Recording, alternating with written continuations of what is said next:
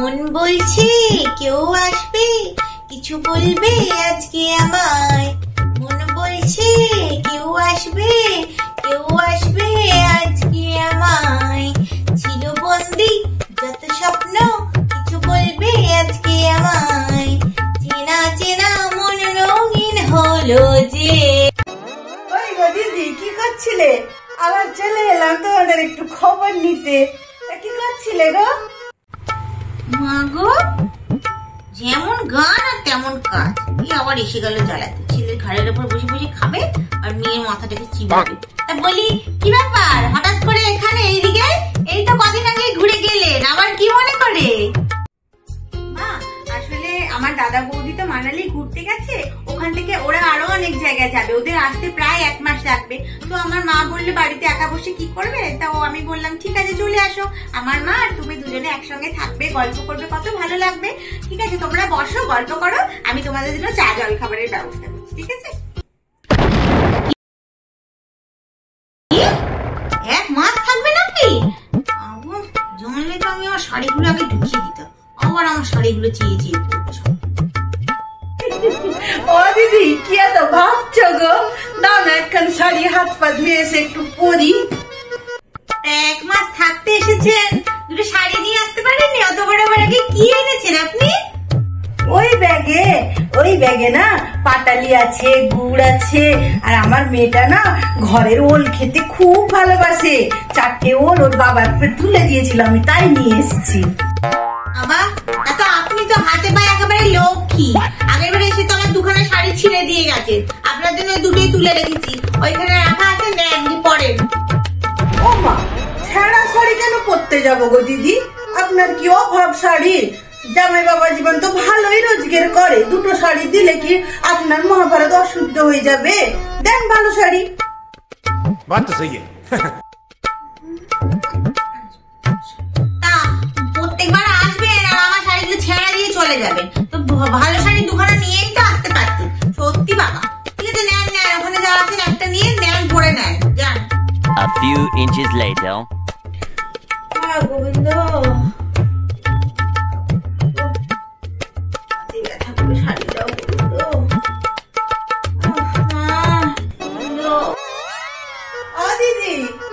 আমি আপনার কাছে সব একটু সুখ দুঃখের গল্প করবো, দুজন মিলে সব বললেন নাকি?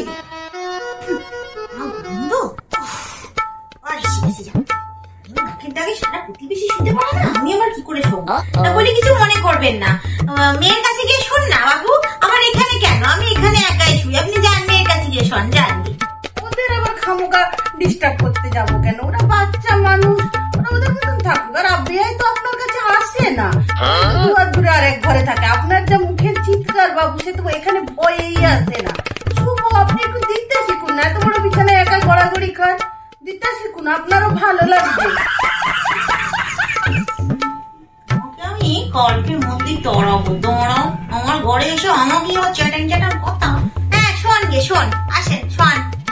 The next morning.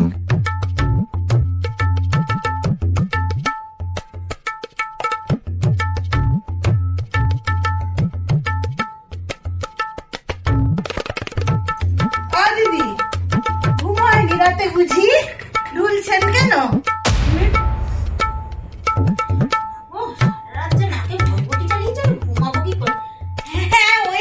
ঘুমিয়েছি আর কি, ক্লান্তি লাগছে তো।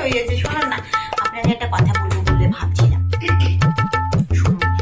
মেয়ের বাড়িতে বেকার বসে না থেকে বাড়ি যান, ছেলের বউয়ের কাছে গিয়ে থাকুন। ছেলে তো গেছে মানালি বউকে নিয়ে, বাড়ি এসে দেখবেন আপনার কোনো কথাই শুনছে না। ছেলের বউ আপনার ছেলের মাথাটা পুরো চিবিয়ে খেয়ে ফেলবে, আপনার কোনো কথা শুনছে না। সংসারে সবসময় একদম গ্র্যাভিটিটা ধরে রাখবেন, বুঝেছেন? দেখেছেন তো, আমার কথার কেউ এদিক ওদিক হতে পারে না, না আমার বর, না আমার ছেলে, না আমার বউ। আমি যেরকম ভাবে সবসময় সবাইকে নজরে রেখে দিই, আপনিও সেরকম করবেন, নাহলে ছেলে দেখবেন আপনার হাত ফসকে বেরিয়ে গেছে, বুঝেছেন? বাড়ি যান, আর সংসারে ছেলে মেয়ে বউদেরকে সবসময় চোখে রাখবেন, বুঝেছেন? আর আপনার শ্বশুরের ভিটে বলে কথা, সেই শ্বশুরের ভিটে যদি আপনার হাতছাড়া হয়ে যায়, আপনি কোথায় যাবেন বলুন তো বৃদ্ধাশ্রমে? বাড়ি যান, ছেলের বউয়ের কাছে গিয়ে থাকুন, বুঝেছেন? কিছু মনে করবেন না দিদি, এই জন্যই আপনি সবসময় ছেলেদেরকে বেঁধে রাখেন আঁচলে বলেই তো আপনার বংশে প্রদীপ দেওয়ার মতো এখনো কেউ হয়নি।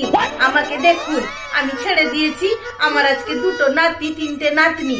আপনিও ছেড়ে দিন, বংশে বাতি দেওয়ার জন্য তো কাউকে চাই। সারা জীবন কি আঁচলে আঁচলে বেঁধে রাখবেন? আমার বাবা এত পোষায় না। আমি আমার ছেলের বউকে ছেড়েই দিয়েছি। আমিও বিন্দাস ঘুরে বেড়াই, ওরাও ঘুরে বেড়ায়। আপনার মতন 24 ঘন্টা ঘরে বন্ধ করে রাখার মতন নেই বাবা, আমার ক্ষমতা নেই। আপনিও 24 ঘন্টা ঘরে থাকেন, ওরাও 24 ঘন্টা ঘরে বন্ধ থাকেন। বেরান বেরান, ঘর থেকে বাইরে বেরান।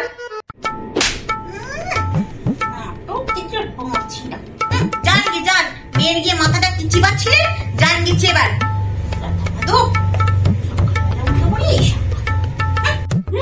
যাচ্ছি যাচ্ছি, আপনি তো ঘরের ফুটোটাও নাড়েন না। 24 ঘন্টা এখানে বসে থাকেন আর অর্ডার দেন আর রাধা মাধব করতে থাকেন। আমার মেয়েটা খেটে খেটে সকাল থেকে রাত পর্যন্ত কালো হয়ে গেল। তার উপরে সারা দিন আপনি একদম মেয়েটাকে কথা শোনাতে